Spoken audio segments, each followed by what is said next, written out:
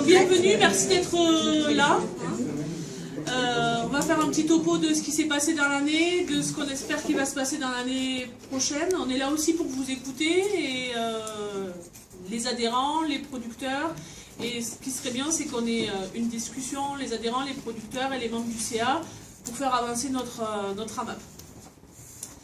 Alors, des trucs pas trop sympas à faire quand on a une association, c'est qu'il faut faire un rapport. Donc on verra le rapport d'activité, le rapport financier, un bilan qui sera fait par chaque producteur. Et enfin, ils nous diront un petit mot. Et puis on vous présentera les projets auxquels on a réfléchi pour 2014 et 2015.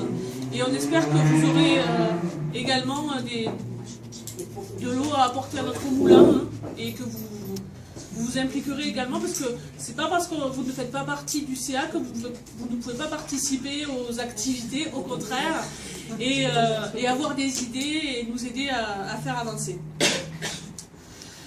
Donc dans notre association, il y a 61 adhérents à ce jour, hein, 56 en 2013 pour l'AG, donc on ne va pas non plus trop s'enflammer, hein, c'est pas un écart énorme, sachant qu'on a des pics, on va avoir des départs le mois prochain, et pendant l'été, on va, notamment avec Jérémy qui fait des paniers en été, on va avoir une augmentation de notre nombre d'adhérents, et ça fluctuera tout au long de l'année. Donc ça, là on est un peu en rythme de croisière, hein, ça fait plusieurs années où on tourne, où on se maintient, voilà, on a le même nombre d'adhérents.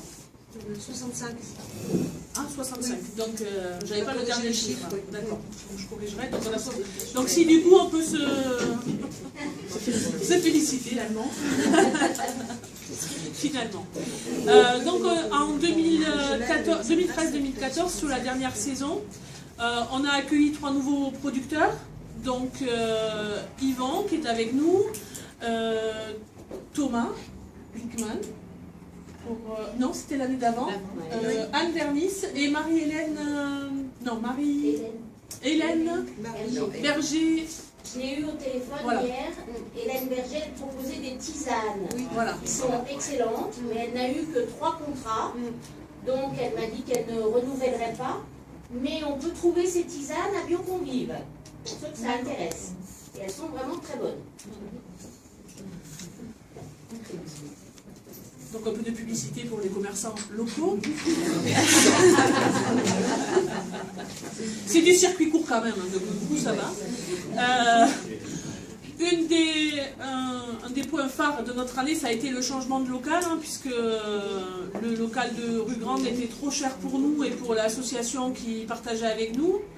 Donc on a été obligé de changer de local, donc maintenant on est rue Comtesse, dans un local qui est plus grand, qui est partagé différemment, et qui propose, enfin, dans lequel c'est plus difficile d'être présent tout le temps, en fait. Voilà. Donc toute la semaine, on va dire. On n'a pas de vitrine, alors qu'on en avait une rue Grande, même s'il n'y a pas beaucoup de passages, ça nous avait quand même apporté des contacts. Mais bon, on va essayer d'être plus visible dans l'année suivante, dans l'année qui arrive. Et ensuite, on a récemment, donc il y a 15 jours, 10 jours, visiter la ferme d'Yvon, donc qui est un de nos nouveaux producteurs, qui est une ferme de chèvres, de chèvres et de vaches, et aussi une ferme de framboises, qu'on n'a pas vu. Et voilà, ça a été aussi une après-midi agréable où on a pu échanger, notamment avec les membres de l'autre AMAP qui visitaient en même temps, puisque certains de nos producteurs fournissent les deux AMAP. On n'est pas en concurrence, on est là pour permettre à chaque producteur d'avoir un débouché en AMAP. Et des contrats qui leur permettent aussi d'être sûrs de leur activité sur l'exercice. Il faut quand même pas rappeler donc que cette notion-là, c'est-à-dire le prépaiement, l'engagement en contrat, c'est primordial pour la survie de notre AMAP et pour aider nos producteurs.